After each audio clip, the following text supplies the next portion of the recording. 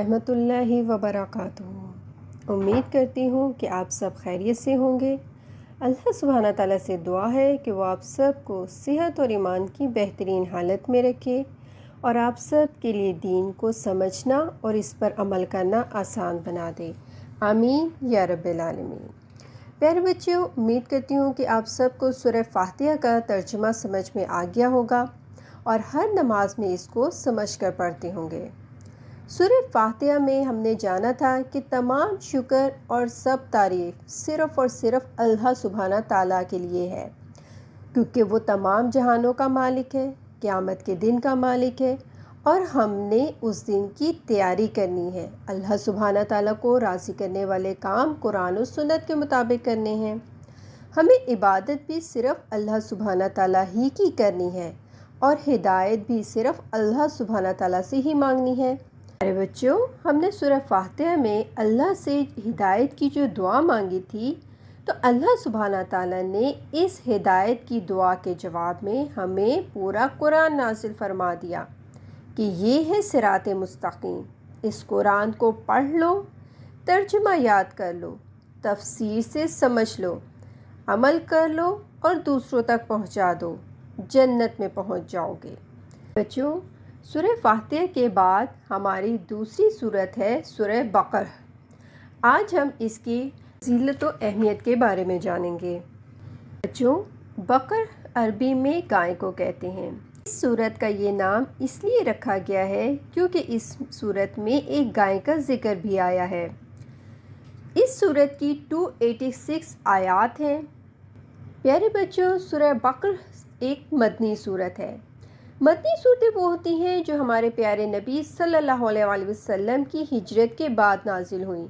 बच्चों, आपको मालूम है ना कि जब मक्का के मुशरिकीन, वो लोग जो ईमान नहीं लाए थे, काफिर थे, ने आप सल्लल्लाहु अलैहि वसल्लम को नाउज़ बिल्लाह कत्ल करने की साजिश की थी। वो कत्ल करना चाहते थे, तो आप सल्लल्लाहु अलैहि वसल्लम ने अल्लाह के हुक्म से हज़रत अली रज़ी ताला अन्हा को अपने बिस्तर पर लेटा दिया और हज़रत अबू बकर सिद्दीक़ रज़ी ताला अन्हा के साथ मक्का से मदीना हिजरत की और गारे सौर में 3 दिन छुप कर रहे। जी प्यारे बच्चों, मक्की सूरतें वो होती हैं जो हिजरत से पहले नाजिल हुई। प्यारे बच्चों, हमने सूरह फातिहा में 3 तरह के लोगों का जिक्र किया था। हमने अनअमता अलैहिम के रास्ते पर चलने की दुआ की थी। ये इनाम याफ्ता मोमिनों का, मुसलमानों का ग्रोह था। फिर हमने गैरिल मग़दूबि अलैहिम वलद्दालिन से बचने की दुआ की थी। ये यहूद और नसारा थे, यानी दूसरा ग्रोह यहूदियों का था और तीसरा ग्रोह नसारा का, यानी ईसाइयों का। सूरह बकरा में हमने इन 3 ग्रोहों के बारे में डिटेल से जानेंगे।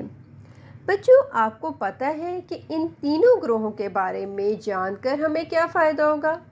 जी, सूरह बकरा में जो हम पहले ग्रोह के यानी मुसलमानों की क्वालिटीज़ जानेंगे, उनकी खुसूसियात को पढ़ेंगे, तो हम सबसे पहले अपने आप को देखेंगे कि दूसरों को नहीं देखना, ना फ्रेंड्स को ना फैमिली को, बल्कि ख़ुद को देखना है कि ये खूबियाँ, ये क्वालिटीज़ मेरे अंदर हैं। जी बच्चों, अगर नहीं है तो हमने अपने अंदर ये सारी खूबियाँ पैदा करनी है। बच्चों, ये बहुत ज़रूरी है जन्नत में जाने के लिए। फिर हमने सेकंड और थर्ड ग्रोह की बुरी आदतों को, उनकी बुराइयों को भी जानना है। सूरह बकरा में हम जानेंगे, अपने आप को जज करेंगे कि क्या वो बुराइयाँ, वो गुनाह, वो नाफरमानियाँ हमारे अंदर तो नहीं है। अगर हैं तो बहुत ही ख़तरे की बात है, क्योंकि सेकंड और थर्ड ग्रोह जो कि यहूदियों और ईसाइयों का था, उन पर बहुत से अज़ाब आए थे और अगर वो अल्लाह की बात नहीं मानते थे, नाफरमान थे और इसी हालत में मौत आ गई, तो वो जहन्नुम में जाएंगे।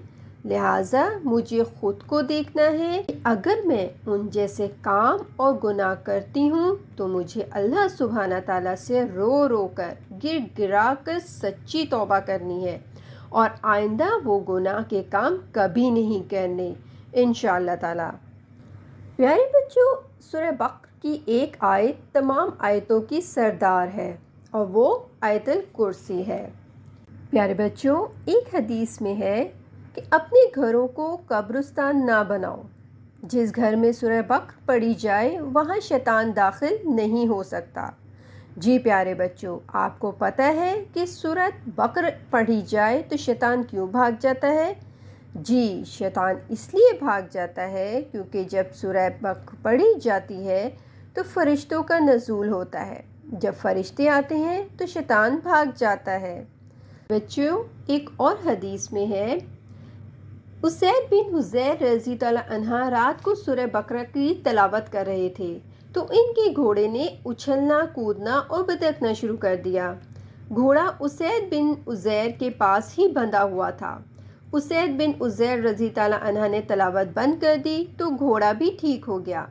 انہوں نے دوبارہ تلاوت شروع کی تو گھوڑا دوبارہ بدکنا شروع کر دیا۔ انہوں نے پھر تلاوت بند کر دی تو گھوڑا بھی ٹھیک ہو گیا۔